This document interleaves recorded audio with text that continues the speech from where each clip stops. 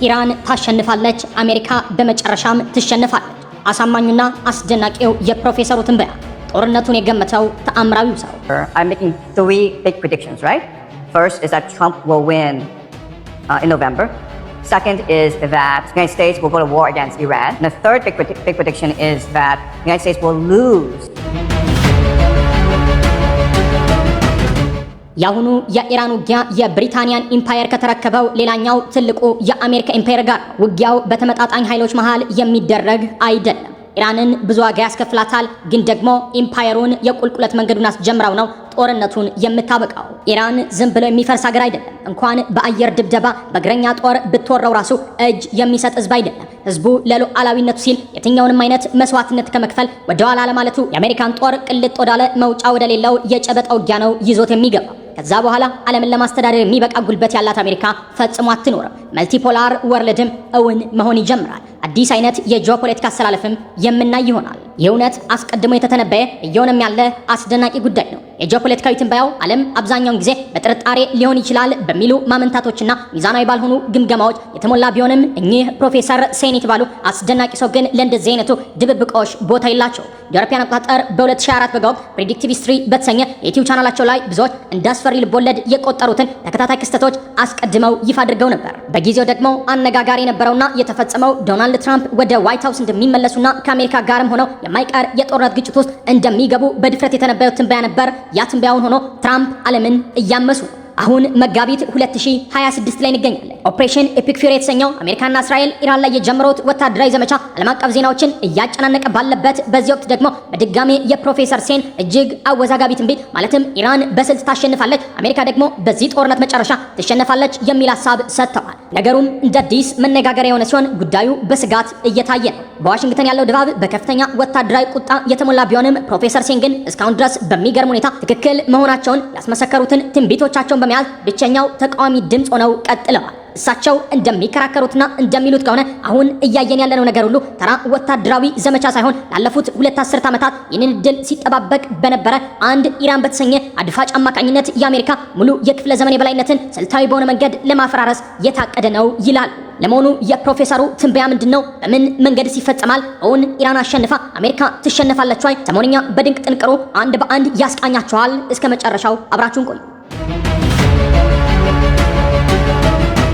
የፕሮፌሰር ሴን አስደናቂ ትንበያና ዘመናዊው የትንቢት መነጽር። ፕሮፌሰር ሴን የሚመሩት በፖለቲካዊ ስሜት በደመነፍስ ወይም በቴሌቪዥን መስኮቶች በሚሰሟቸው ተራ ወሬዎች አይደለም። ይልቁንም ዓለም አቀፍ ግንኙነቶችን እንደ አንድ የሰንጠረዥ ጨዋታ በመቁጠር እያንዳንዱ እርምጃ ያለውን ኪሳራ፣ ጥቅምና አጸፋዊ ምላሽ በሂሳብ ስሌት ወደ ጌም ቲዮሪ ቀይረውም ያሰላሉ። የደረሱበትንና ያመኑበትን ደግሞ ለዓለም ያንጸባርቃሉ።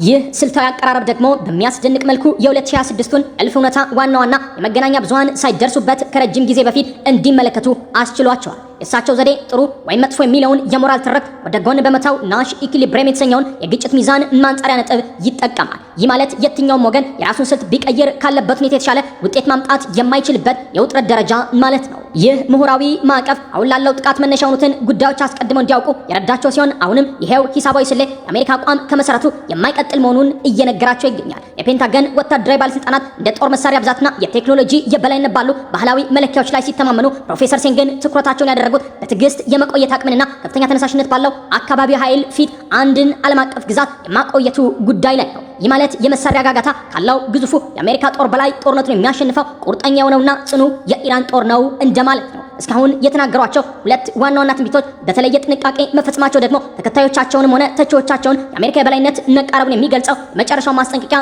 በእርግጥ እየተፈጸመ ይሆን ብለው እንዲጠይቁ አስገድዷቸዋል።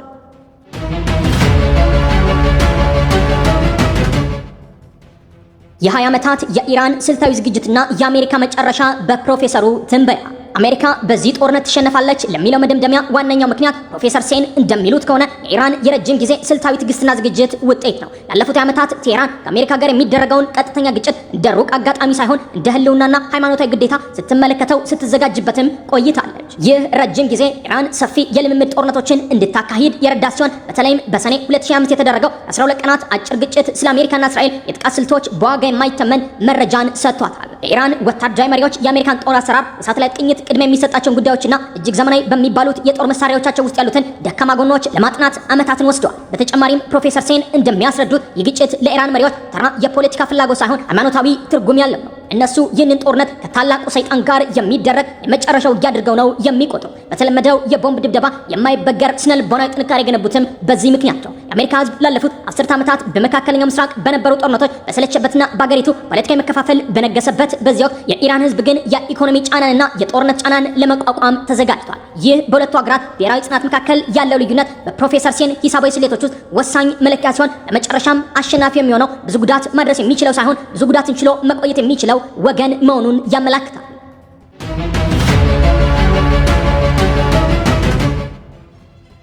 የኢራን አስደናቂ የጦርነት ስትራቴጂና ውጤቱ ምን ይመስላል?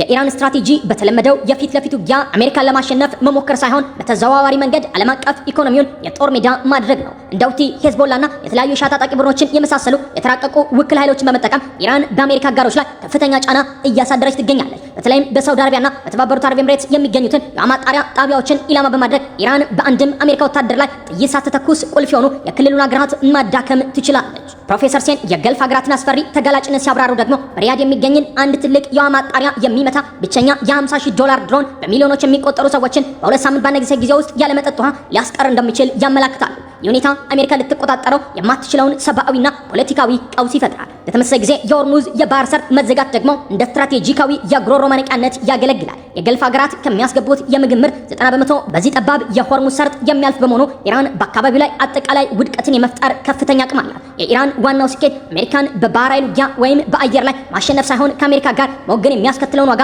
እጅግ ከፍተኛ በማድረግ የገልፍ ሀገራት በህልውናቸውና ለአሜሪካ ባላቸው ታማኝነት መካከል እንዲመርጡም ማስገደድ ነው። የፔትሮ ዶላር ስርዓት መፍረስና የኢኮኖሚው ሰይፍ። በወታደራዊው መስክ ባሻገር ፕሮፌሰር ሴን እጅግ አውዳሚ የሚሉትን የዓለም አቀፍ የፋይናንስ ስርዓት ግንባርን ያነሳሉ።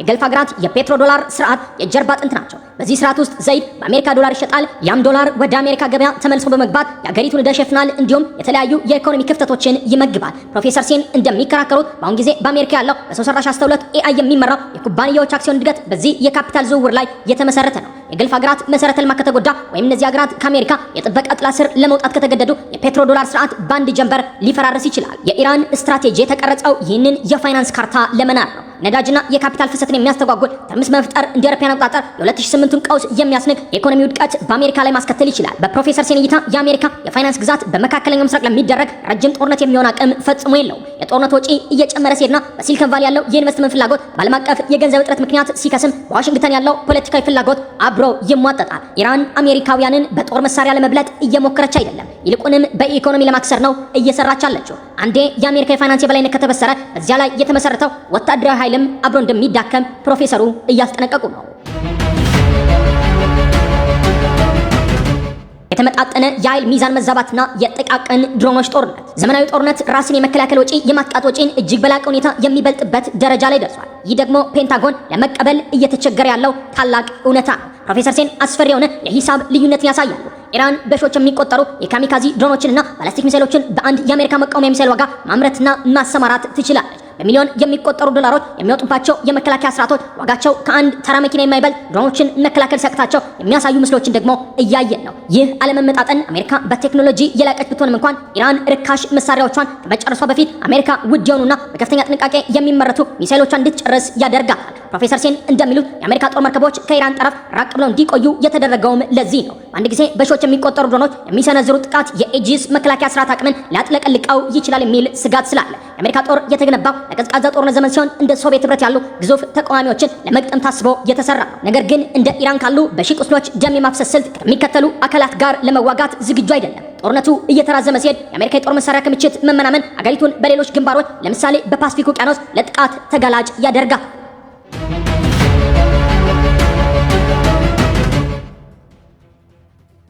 የእግረኛ ጦር ወጥመድና የአሜሪካ የበላይነት ማብቂያ።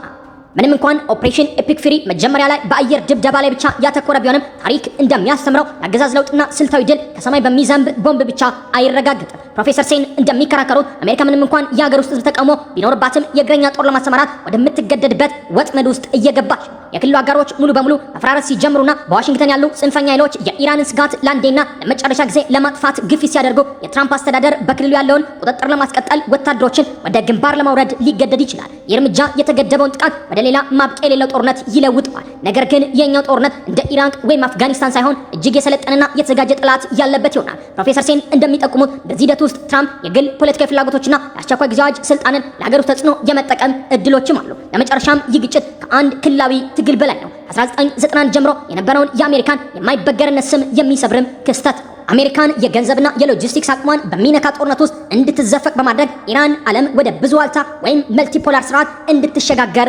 እያደረገች ነው። የፕሮፌሰር ሴን ትንቢቶች መፈጸማቸው ከቀጠሉ የዚህ ጦርነት ማብቂያ አንዲት ልዕለ ኃያል ሀገር በኃይል ማስፈራሪያ ብቻ የዓለምን ስርዓት የምትመራበት ዘመን ማብቃቱንም የሚያበስር ይሆናል። የተወደዳችሁ የሰሞንኛ ቤተሰቦች አብራችሁን ስለቆያችሁ ምስጋናችን ከልብ። የዛሬ ጥንቅራችን ይህንን ይመስል ነበር። ሰብስክራይብ በማድረግ ቤተሰቡን ሰናይ ጊዜ